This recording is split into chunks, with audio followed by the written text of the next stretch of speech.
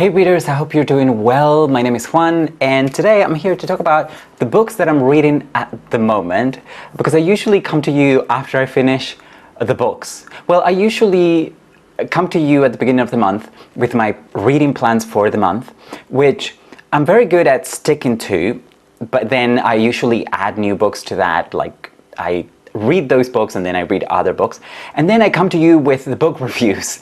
But I guess I never share with you my reading process and how I'm enjoying the books, and I thought I would do this today and see how it goes. If you like it, I might do it more often, so please let me know what you think. One of the reasons I don't do this is that I tend to read one book at a time. So I read a book, and then as soon as I finish, almost like within the same second, I start the next book, okay? Because that's why I have a list of books, a TBR list of books that I'm gonna get to. So I just look at that list and say, okay, what's next? This. Or what can I choose? So I have like 2-3 books. What can I choose for next? Oh, this one, and I started right away. But a series of circumstances that I couldn't even begin to tell you about has led me to be reading 3 books, 3 great and very different books right now. I want to talk about that and what the books are and how I'm feeling about those. So the first novel I'm reading is David Copperfield by Charles Dickens.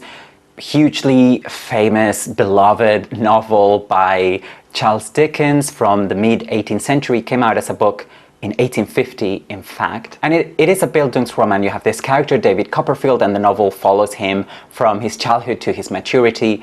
I think I'm at the part when he's what we would call now a teenager. I think back then he would have just been a young man. The reason I'm reading David Copperfield is that when I celebrated getting to 3,000 subscribers, thank you once again, I made one of those Q&A videos that creators tend to do when they hit like a milestone in terms of the number of subscribers. In one of my answers, I talked about Charles Dickens in the context of, I guess, popular authors that I didn't like, that authors that most people seem to like, but that I didn't. And I thought that was a little bit unfair, because I think when it comes to Charles Dickens, my problem is that I haven't really read much by him.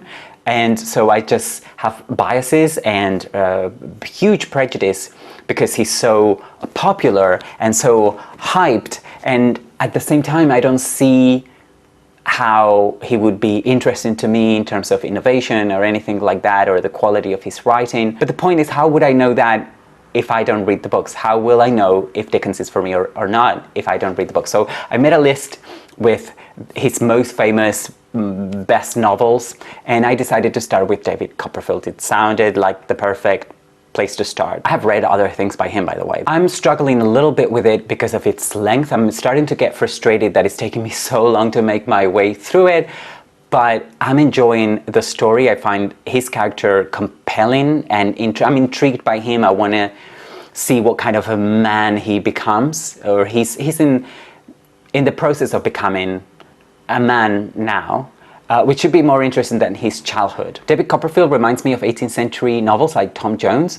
I studied 18th century literature when I did my MA, but those kinds of novels were not the ones that interested me the most. Those kind of like personal life stories that were very popular in the 18th century. You know, Tom Jones, Moll Flanders, Joseph Andrews, you know, there are a lot of them from the 18th century.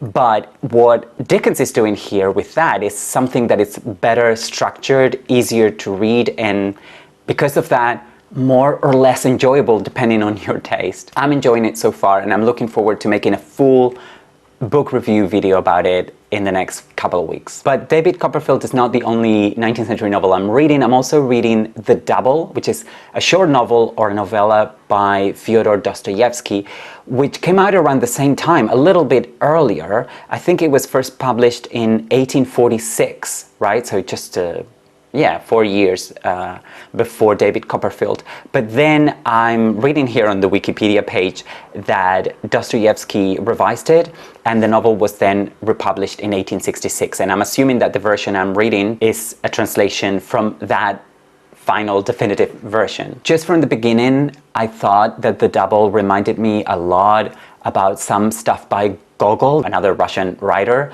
that I had read. And yeah, I found out that it is a parody or a kind of response to some of the writing. I read The Overcoat last year, I think, by Gogol, and I really loved that. I don't think I talked about it on this channel, so perhaps I will if I reread it, and I'll probably reread it. That's a great short story. And apparently Nabokov said that The Double was a literary parody of The Overcoat. I don't know, I'm really enjoying it so far. I haven't got into the part when the protagonist meets his double. That's not a spoiler, I knew that before I started reading the book. So if it wasn't a spoiler for me, it shouldn't be for you. But I think that's about to happen. And yeah, I'm loving The Double. I can't wait to read it, and I will definitely also make a full video book review of it. But I'm also reading a book that I didn't expect to read, and it's not on my TBR. So if you watch my TBR for August, the book that I'm going to talk about now is not there. It's a bit of a surprise. And I don't think I had started reading it when I made that video. No, I hadn't. That's why I didn't talk about it. But also, I'm not sure I'll finish it this month. I'm in no hurry to finish it. I will make a video about it for sure when I finish it, but that might be in September. I don't know. So stop being mysterious, Juan. Okay, so the book I'm reading is the Iliad by Homer. Of course, who knows if Homer really existed, and if he did exist, did he write this? We don't know. This is one of the oldest pieces of writing that we have, and it's the basis for everything that's come ever since. For a long time, it was thought of as the first poem and the first really work of literature that we had in the world, or at least in the West. And by the West, I mean Central Asia or the Middle East, and Northern Africa and Europe. That's kind of what I mean, okay? The ancient world that we know from that part of the world. But of course, there is now also Gilgamesh, and Gilgamesh is supposed to be earlier than the Iliad. It's supposed to come from earlier. I haven't read Gilgamesh yet. I will. So the Iliad, I am fascinated by this book. At the moment, I am on book 3, so I've only read the first 2 books, which is this. I'm also kind of reading the introduction, but the introduction, by the way, to this edition, which is the one that I recommend, which is this Penguin book, and the translation is by Robert Fagles, right? And I'm reading the introduction, but the introduction begins by telling you the plot of the poem, so what happens in the story. So I've only read it up until the events that happened on book 2. So I'm kind of reading the introduction as I read the book, if that makes sense. I think it's very important when you read something like the Iliad. Well, a few things are important. I think it's important to find a good translation, a translation that works for you. I think it's important that you decide whether you want to read something in verse, which is what I'm doing, which is more faithful to the original, or if you want to read it in prose, which will be easier, and it will make getting the plot and the characters straight in your head a lot easier than reading it in verse form, but it's a bit different from the original. I might want to read it in prose, in a prose translation form later, but I thought better read it in verse. The other thing that it's important is that you should know who the characters are, how they relate to each other, and actually a bit of the plot before you start reading it. Otherwise, you're going to be confused. So why do some gods, for example, side with the Trojans? Why do some gods side with the Achaeans or Greeks? How do the characters relate to each other? Why is Helen in Troy this? So this poem, this epic poem, it's about the Trojan War, but it only takes place on the last year of the war, and in the space of a few days. So it doesn't tell you the whole story about the war or anything like that. So you'll have to know why the war started and things like that. So I suggest that you read around it a lot before you start it. That would be my suggestion right now. Of course, when I read the whole thing and make a full video about it, I will go into ways of approaching this epic poem and how it worked for me and why I suggest and why.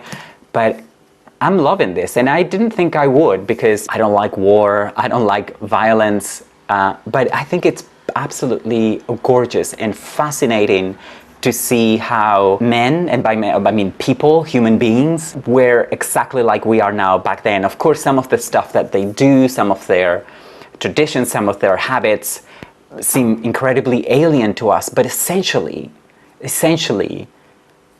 they are us and we are them, and that's why the Iliad is a classic and I'm loving reading it. If you have read any of those books, let me know your thoughts and if you think I will like finishing them or not. And also feel free to let me know what you're reading at the moment, okay? And I will see you again on my next video very soon, I hope. Take care.